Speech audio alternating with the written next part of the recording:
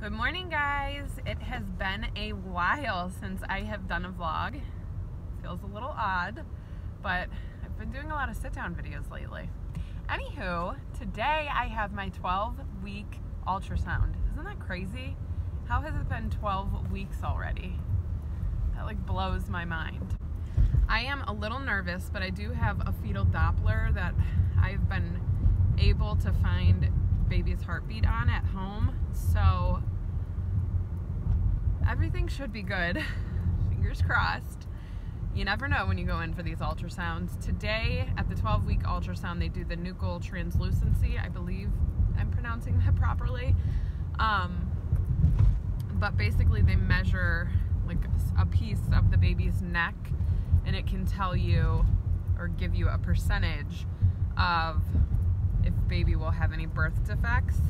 So they'll do that today, and then right after the ultrasound I will see my regular OB for my 12-week appointment. And it's just crazy. It's crazy that we're 12 weeks already. I'm really excited to get out of the house. I've been stuck at home for quite some time now. I feel like it's been since March 18th that I've been at home. So it's been over a month, with the exception of my doctor's appointment, which I've only gone to one. But my husband took off work today, which I'm so thankful for, because I get a little bit of a break from Rosalie.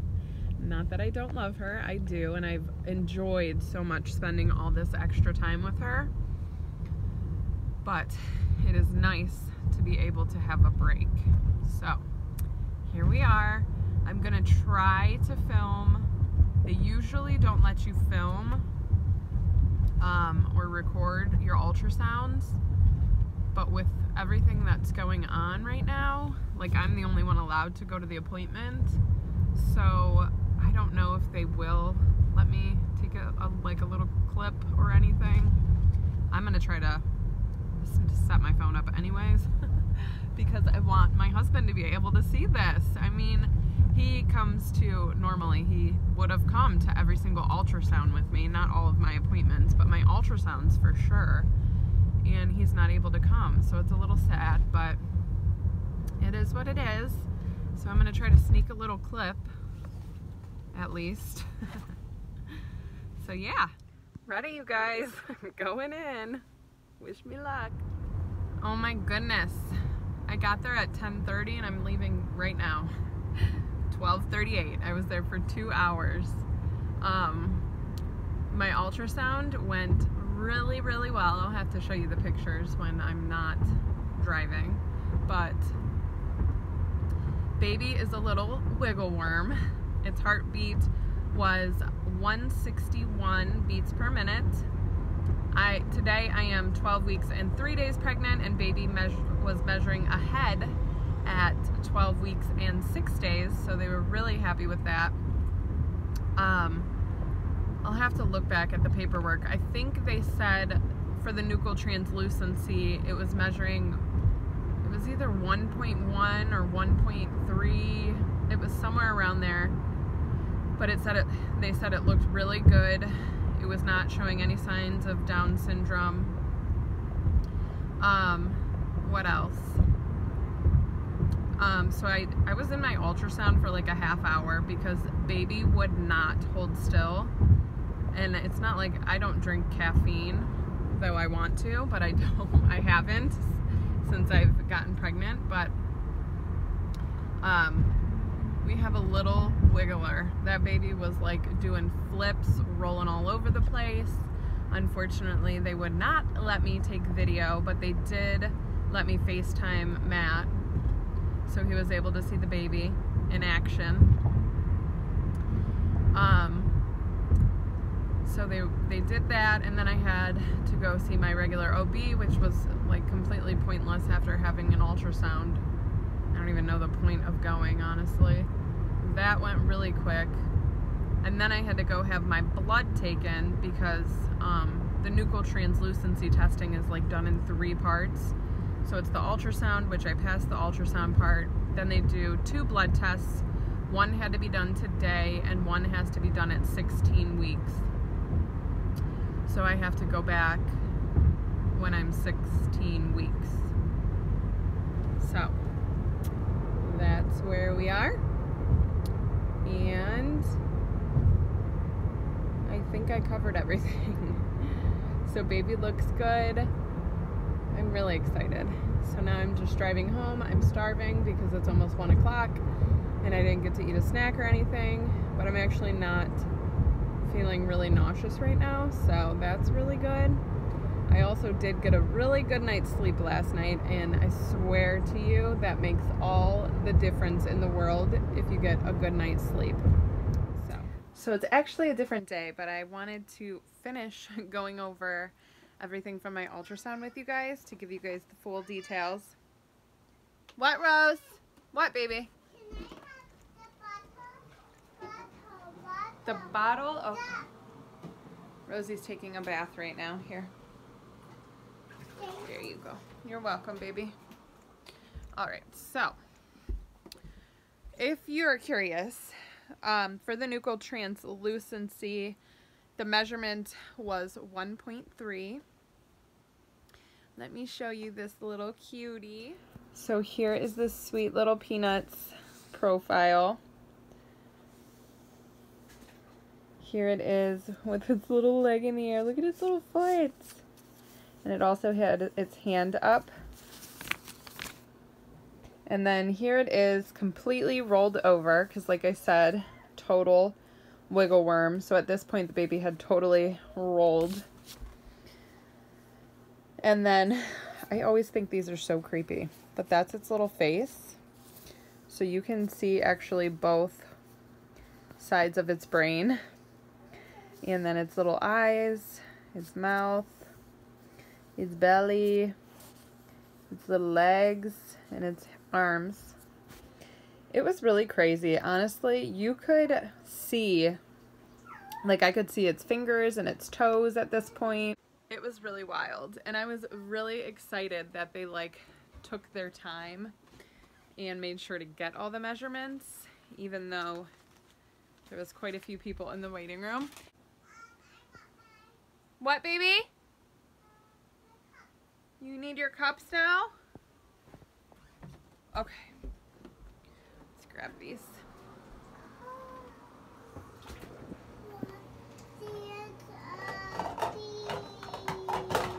Here you go, baby. I'm just gonna sit right here so I'm closer to her. Okay. So I wanted to talk a little bit about what it was like to actually go to the doctors during a time like this. So I wore a mask in, like you've seen. When I walked in through the door, at every single door at the clinic that I go to, there's multiple entrances because they do a lot more than just fertility and OB and stuff like that. They actually do surgeries and whatnot there too. So when I walked in, they asked me a bunch of questions, all related to the virus, and then they took my temperature, which I can't remember. My temperature wasn't high, obviously. If it's high, I would assume they don't let you come in. And then they give you a wristband so that they know that you are permitted into the building. So then I went up to the ultrasound room. In the ultrasound room, they have every other chair flipped, so you can't sit like right next to somebody. They also have tape on the floor in front of the desk so that you are standing 6 feet away from the woman behind the desk at all times. There were 8 people, including me, in the waiting room, which I thought was a lot. The waiting room was not that big. There were only me and one other person wearing masks in the room. So 6 of the patients in there did not have masks on. Also, I noticed a lot of the people did not stop at the tape. They walked all the way up to the desk. Kind of seems like common sense to me, but apparently we skipped that step. And then my OB office, there was one other woman in there aside from me, I believe. And then when I went and had my blood drawn, there was like 4 other people in there.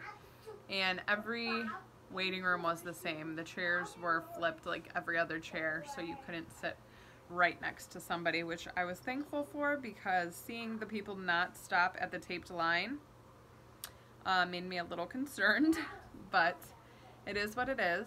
I asked the nurse like what it was like to work during a time like this, and she said she feels obviously most comfortable when patients come in wearing masks, because you wearing a mask protects the other person. So of course the nurses wear masks, so they're protecting their patients, but by the patients wearing masks, they are protecting the nurses. So I honestly feel like it's really important to wear masks in public, but that is aside from the point. So she has kids at home, so she said that it is a little scary, but you know, it's life right now, so she'll continue working. Moving on to my blood test. So that was basically how my experience went with that. It was fine. When I got home, I guess I'll go into detail about this.